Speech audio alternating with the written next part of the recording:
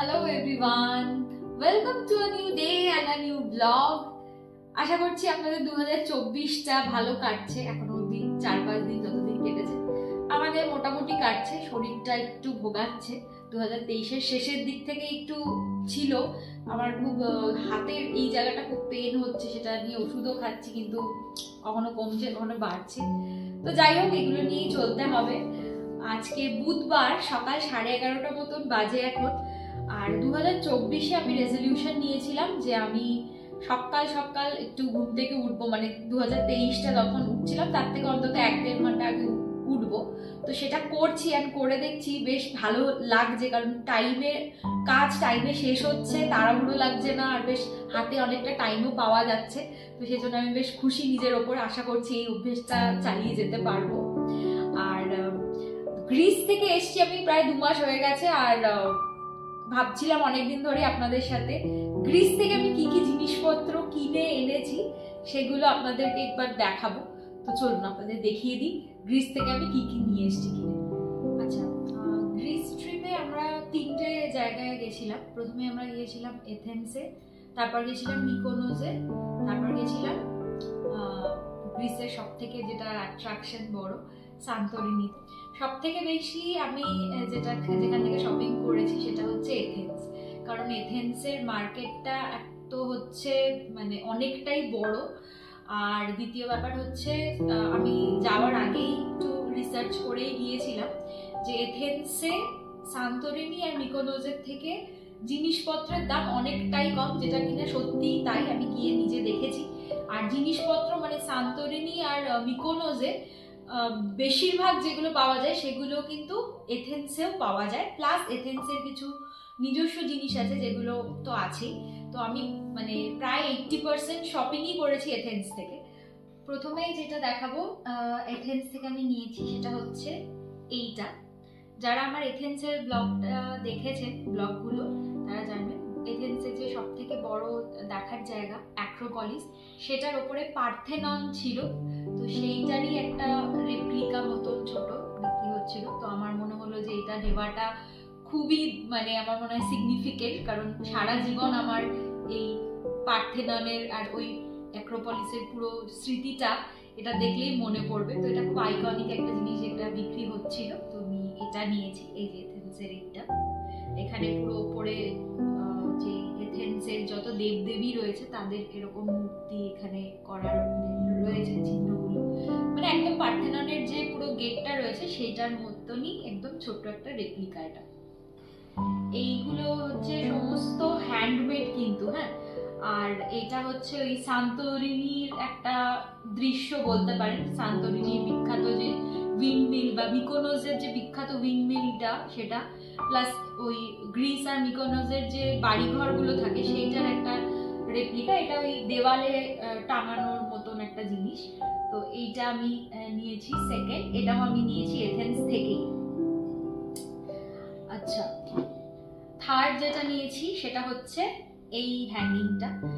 আপনারা হয়তো অনেকেই জানেন যে গ্রিসেই কিন্তু এই ইভিল আই এর কনসেপ্টটা প্রথম আবিষ্কার হয়েছিল। তো গ্রিসের সমস্ত জায়গাতেই ইভিল আই এর হ্যাঙ্গিং প্লাস নানা ধরনের অনেক বড় বড় পাওয়া যায়। তো আমার এই মাছের এই জিনিসটা ভীষণ ভালো লেগেছিল, কিউট লেগেছিল আমার। তো আমি এইটা নিয়েছিলাম এথেন্স থেকে। তো এইটা হচ্ছে থার্ড যেটা আমি এথেন্স থেকে নিয়েছি।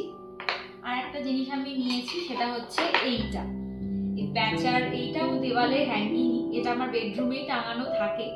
তো আমার এইটাও খুব ভালো লেগেছিল, তো আমি এটা নিয়েছিলাম, এই জিনিসটা। তো এই হচ্ছে গেল হচ্ছে বাড়ি সাজানোর জিনিস। আর এথেন্স থেকে আমি নিজের জন্য যেটা নিয়েছি সেটা হচ্ছে এই ব্যাগটা।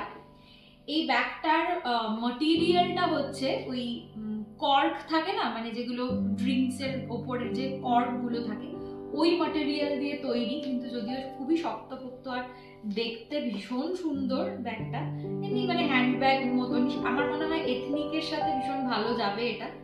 তো এই ব্যাগটা আমি আমার জন্য এটা নিয়েছিলাম এথেন্স থেকে। এবার আসি মিকোনোস থেকে আমি কি নিয়েছি। যেহেতু আমি বেশিরভাগটাই এথেন্স থেকে আমি নিয়েছিলাম, আর মিকোনোসে টু বি ভেরি অনেস্ট প্রত্যেকটা জিনিস ভীষণ কস্টলি ছিল। তো মিকোনোস থেকে আমি মাত্র এই একটাই জিনিস নিয়েছিলাম, এই হ্যাঙ্গিংটা। এটা আমার ভীষণ ভালো লেগেছিল। মিকোনোসে সমুদ্রের যা যা জিনিসপত্র থাকে, স্টারফিশ, শাঁখ, এখানে হচ্ছে ঝিনুক, এগুলো দিয়ে তৈরি। আর এখানে এটা মাছের হ্যাঙ্গিং ঝুলছে, আর এখানে মিকোনোস লেখাও রয়েছে।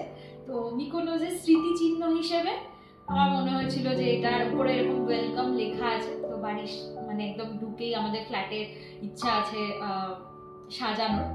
তো এখানে আমি এটা এখানে লিভিং রুমে সাজিয়ে রেখেছি, আপনারা হয়তো অনেক ভিডিওতে দেখেওছেন।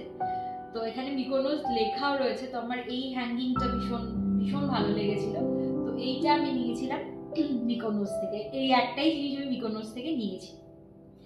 আচ্ছা, এবার লাস্ট যেটা আমি নিয়েছি, আমাদের লাস্ট ডেস্টিনেশন যেটা ছিল সেটা হচ্ছে সান্তোরিনি।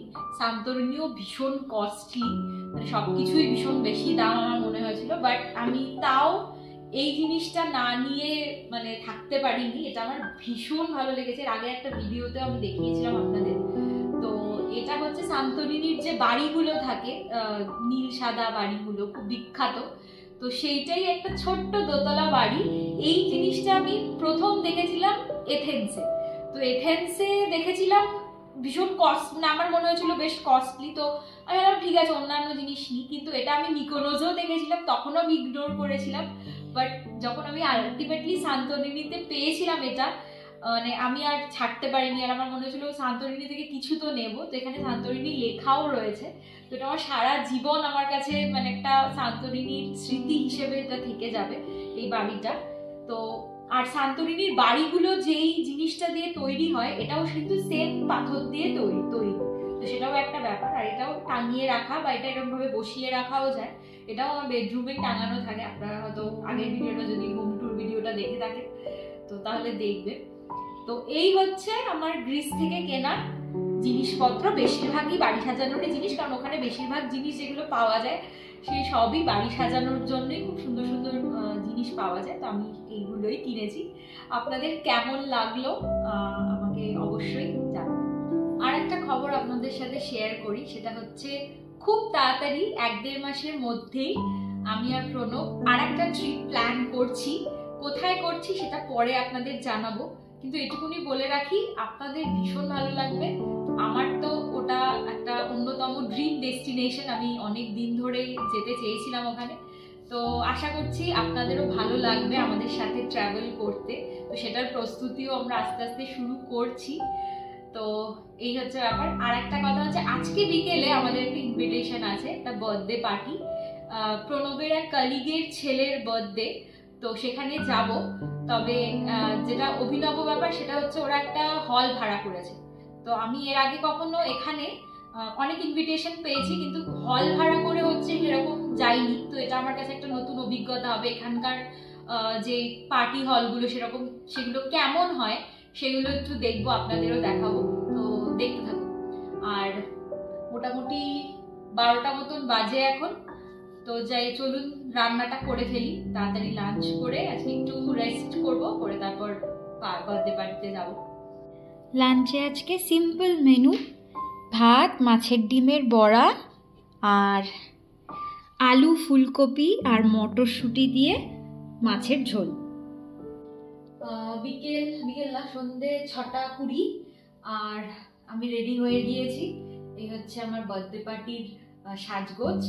আর যেহেতু বার্থডে পার্টি একটু হালকা ফুলকাই সেজেছি।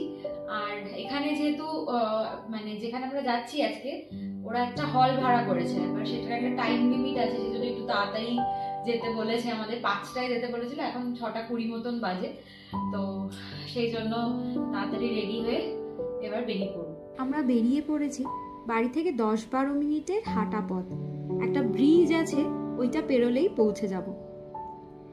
এদেশে আসার পর থেকে এই প্রথম একটা ইনভিটেশন, যেটা কিনা হল ভাড়া করে হচ্ছে। এর আগে যতগুলো ইনভিটেশন পেয়েছি সবই বাড়িতেই হয়েছে। এই যে আমরা পৌঁছে গেছি, এখানে পার্কিং লটও রয়েছে। চলুন ভেতরে যাই। ভেতরে এসে দেখছি এখানে কেক কাটার তোড়জোড় চলছে। একদম ঠিক সময়ে এসে পৌঁছেছি। আর এখানে সবাই ফটো আর ভিডিও নেওয়ার জন্য একদম রেডি হয়ে দাঁড়িয়ে রয়েছে। আর এই হচ্ছে আমাদের বার্থডে বয়, ওর 4th বার্থডে এটা, আর ওর পছন্দের স্পাইডারম্যান থিম দিয়েই সাজানো হয়েছে। আর এই হচ্ছে ওর পুরো পরিবার। ওর একটা ছোট্ট বোনও আছে যার কিনা 1 বছরও বয়স হয়নি, এদেশেই জন্মেছে ও।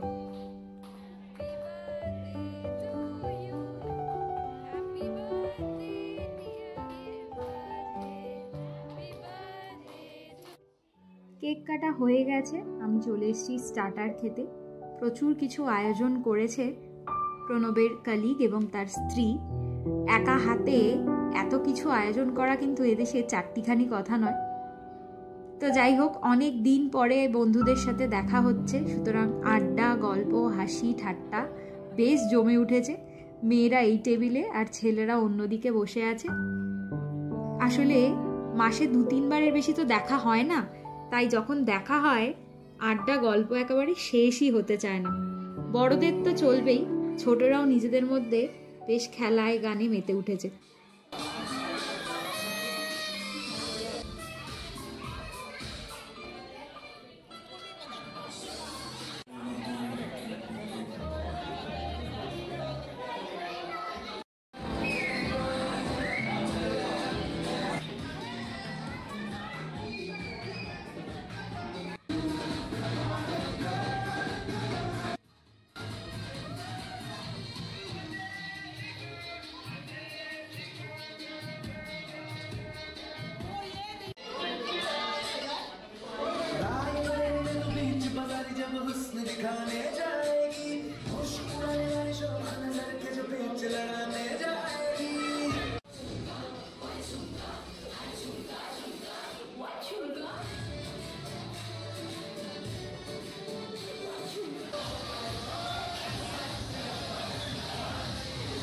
রাত্রি 9:30 মতন বেজে গেছে, তো এবার ডিনারটা করে ফেলবো। ডিনারেও কিন্তু প্রচুর কিছু রান্নাবান্না করেছে আমাদের বন্ধু আর তার স্ত্রী। আপনাদের দেখিয়ে দিচ্ছি। আমি নিলাম একটু পালং পনির, ফ্রাইড রাইস আর চিকেন। একবার দেখিয়ে দিই কী কী করেছে ওরা। পরাঠা, ফ্রাইড রাইস, পালং পনির, এখানে একটা কিছু সবজি আছে, এটা হচ্ছে আমার মনে হচ্ছে ক্ষীর বা পায়েস। আর এটা বোধহয় কালি ডাল বা তড়কা ডাল এরকম কিছু হবে, ঠিক শিওর নই। এখানে রয়েছে চিকেন আর তার পাশে রয়েছে প্রনের কিছু একটা আইটেম রয়েছে। আজকের পার্টিটা খুব ভালো হয়েছে না? রান্না বান্না হ্যাঁ খুব ভালো ছিল, এক্স্যাক্টলি খুব ভালো ছিল। হ্যাঁ,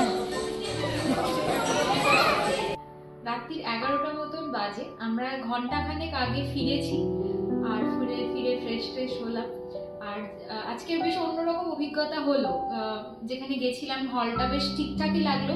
মোটামুটি 20-25 জন বোধহয় নিমন্ত্রিত ছিল, তাদের জন্য হলটার সাইজ আমার ঠিকঠাকই লেগেছে। তবে একটা মজার জিনিস যেটা জানলাম সেটা হচ্ছে ওই হলটার লেন্থটাকে কিন্তু বাড়ানো যেত।